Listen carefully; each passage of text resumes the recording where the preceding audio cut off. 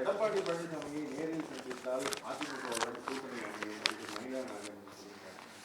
இல்லை, அவருடைய இது ஆசையாக இருக்கலாம், புரியுதுங்களா? எல்லாரும் ஆசைப்படுவாங்க. அது ஆசை நம்ம பார்த்தீங்கன்னா நீ அவங்க ஆசைப்படுறத வச்செல்லாம் நான் சொல்ல முடியாது. ஆனால் எங்களுடைய கருத்து தெளிவாக போய் சார் சொல்லிட்டார். அதனால் இப்போ no alliance with BJP in 2026 in future also. That is our political stand. Okay, இப்போதும் இல்லை எப்போதும் இல்லை தான் எங்களோட ஸ்டாண்டு. ஓகே,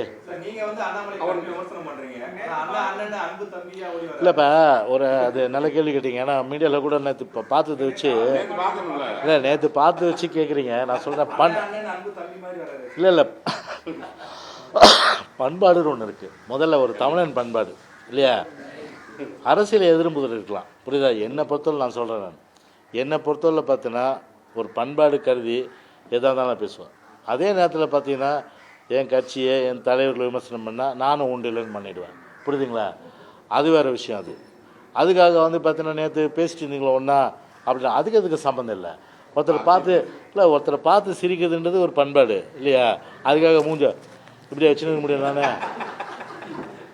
எனக்கு அந்த பழக்கம்லாம் கிடையாது. எனக்கு புரியுதா? எனக்கு எதிரியாக இருந்தாலும் துரோகியாக இருந்தாலும் சரி சிதனா நேரில் பார்க்கும்போது எப்படி இருக்கீங்க, நல்லா இருக்கீங்களா, சௌக்கியமாக இருக்கீங்க. நாளைக்கு அவர் போய் சொன்னார்னு வச்சுங்க ஏதாவது ஒரு கருத்து எதிர்கருத்து நல்லா வெளுத்து வாங்கிடுவேன் நான். இது எனக்கு மட்டும் இல்லை, எங்கள் கட்சிக்கு அப்படி சரிதானே? அதனால் ஒரு பண்பாடு ஒருத்தரை பார்த்து ஒரு சிரிப்பதற்கு, ஒருத்தரை பார்த்து அளவுலாவதற்கும், ஒரு பார்த்து நலம் விசாரிப்பதற்கும் கொள்கைக்கும் சம்மந்தம் கிடையாது. அது வேற இது வேற. நீங்க சொன்ன மாதிரி அரசியல் நிரந்தர எதிரியும் இல்ல கருத்துக்கு அவர் அண்ணாமலை ஒரு பண்பாடோடு உங்களோட கூட்டணி வரலான்னு வந்தாருன்னா என்ன பண்ணுவீங்க அப்போ? இல்லைங்க, அதுதான் கட்சியத்தை முடிவுங்க.